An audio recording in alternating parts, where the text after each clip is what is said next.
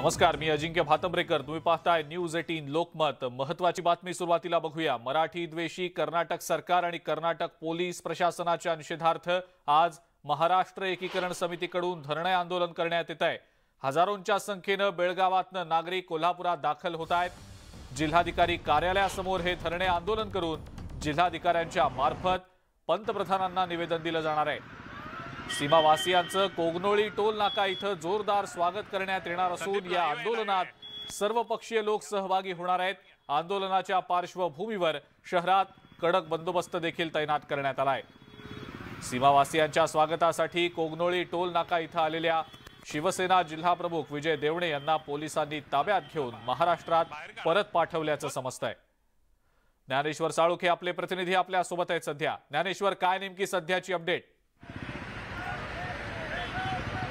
या ठिकाणी पाहायला गेलं तर कागलमध्ये हे सगळे सीमावासी आहेत ते आता दाखल झालेले आहेत आणि जिल्हाधिकारी कार्यालयाकडे हे सगळे सीमावासी जाताना आपल्याला पाहायला मिळतात. त्यांच्या हातामध्ये फलक आहेत.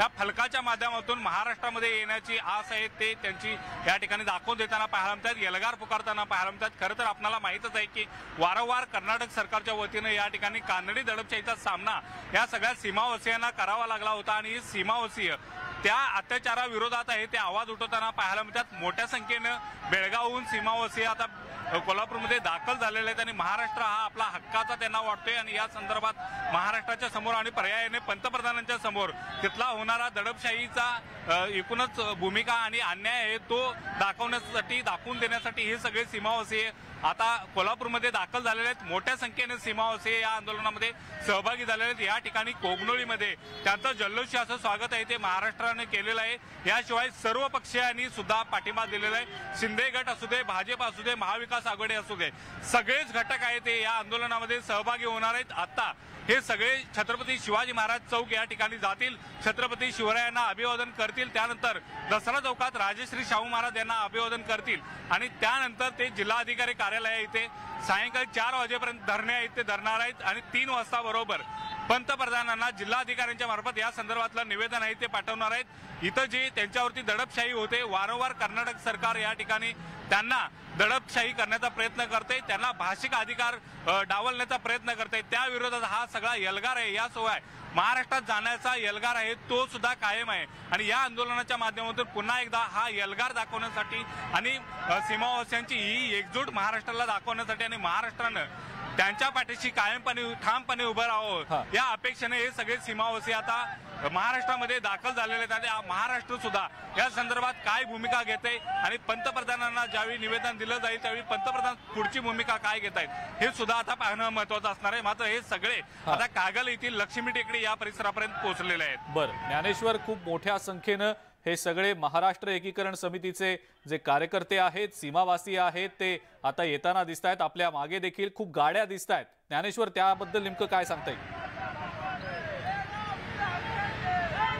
मोठ्या प्रमाणात सीमावासी आहेत तो एल्गार पुकारत आहेत, या ठिकाणी दाखल झालेले आहेत. या ठिकाणी पाहायला गेलं तर मोठ्या प्रमाणात वाहनांच्या लांब रांगा आहेत ते पुणे बेंगलोर महामार्गावरती आपल्याला पाहायला मिळतात. खरं तर बेळगाव आमच्या हक्काचं आणि इतर जी गावं आहेत बेळगाव, निपाणी, कारवारसह संयुक्त महाराष्ट्र झाला पाहिजे या घोषणा सातत्यानं देत हे सगळे सीमावासीय सकाळपासूनच आहे ते महाराष्ट्रामध्ये दाखल झालेले आहेत. आपल्याला माहित आहे की या सगळ्या मार्गावरती कर्नाटक पोलिसांनी कडक असा बंदोबस्त तैनात केला होता. त्यांना या ठिकाणी आडकाठी आणण्याचा प्रयत्न झाला, मात्र त्याला न जमवता हे सगळे सीमावासी आहे ते महाराष्ट्रामध्ये दाखल झालेले आहेत. मोठी एकजूट आहे ती सीमावासींची पाहायला मिळते, कारण तिथली दडपशाही सहन करत आतापर्यंत अनेक दशकांचा हा लढा आहे ते या सगळ्या सीमावासियांनी लावून धरलेला आहे. अनेक ठिकाणी लाट्या काट्या खाण्याचे प्रसंग आले, मात्र ते हटलेले नाहीत. अगदी महिला सुद्धा या आंदोलनामध्ये सहभागी झालेले, येताना अगदी चटणी भाकरी घेऊन हे सगळे आंदोलक आहेत ते कोल्हापूरमध्ये दाखल झालेले आहेत. त्यामुळे त्यांचा हा एल्गार आहे तो आजही कायम आहे. त्याच ताकदीनं आजही ते लढा पुढे घेऊन जाताना पाहायला मिळतात.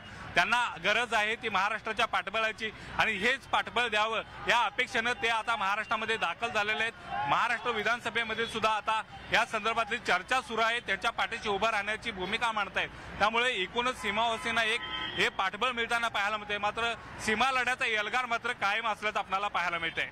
बरोबर ज्ञानेश्वर, आणि आपण जर बघितलं असेल तर या धरणे आंदोलनाच्या पार्श्वभूमीवर बंदोबस्त देखील मोठ्या प्रमाणावर तैनात करण्यात आलेला आहे। कायदा सुव्यवस्थेचा कोणताही प्रश्न निर्माण होऊ नये याची पुरेपूर खबरदारी देखील घेतली जाते। ज्ञानेश्वर, त्याबद्दल नेमकं काय सांगता येईल? नक्कीच, कारण या सगळ्या मार्गावरती अगदी कर्नाटक पोलिसांनी कडक असा पोलीस बंदोबस्त तैनात केलेला आहे।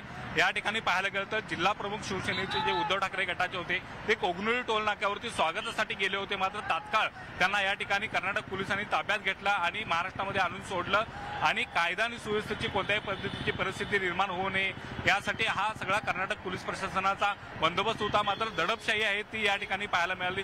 तर दुसऱ्या बाजूला महाराष्ट्रामध्ये सुद्धा कडक असा पोलीस बंदोबस्त या सगळ्या आंदोलनाच्या पार्श्वभूमीवरती तैनात केलेले, कोणत्याही पद्धतीची कायदा आणि सुव्यवस्थेची स्थिती निर्माण होऊ नये याची दक्षता आहे ती पोलीस घेताना पाहायला मिळतात। कारण सीमावासियांचं हे आंदोलन आहे, हे आंदोलन शांततेच्या मार्गाने व्हावं आणि शांततेच्या मार्गानेच हा सगळा प्रश्न सुटावा यासाठी महाराष्ट्र पोलीस या ठिकाणी संयमानं भूमिका घेताना पाहायला मिळतात। या सगळ्या सीमावासियांना इथपर्यंत कॉन्व्हॉयनं आणलं जाते, पोलीस बंदोबस्तात आणलं जाते आणि कोणत्या पद्धतीचा या ठिकाणी अनुचित प्रकार घडू नये, कायदा आणि सुव्यवस्थेचा प्रकार घडू नये याची दक्षता सगळ्या पोलीस महाराष्ट्राचे घेताना पाहायला मिळतात। मात्र कर्नाटक पोलिसांची दडपशाही मात्र या ठिकाणी सुरूच आहे आणि दडपशाहीचा सामना करत सीमावासी मात्र महाराष्ट्रामध्ये दाखल झालेले आहेत आणि या दडपशाहीची सगळी भूमिका आहे ते पंतप्रधानांच्या पर्यंत ते पोहोचवणार आहेत। बरं ज्ञानेश्वर, धन्यवाद। सविस्तर माहिती आपण दिलीत त्याबद्दल आणि या संदर्भातल्या क्षणाक्षणाच्या अपडेट्स आमचे प्रतिनिधी ज्ञानेश्वर साळोखे आपल्यापर्यंत पोहोचवतायत।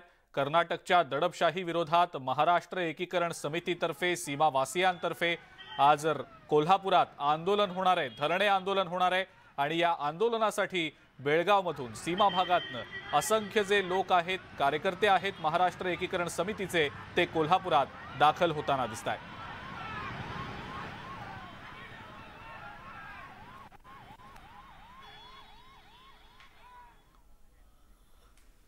महाराष्ट्र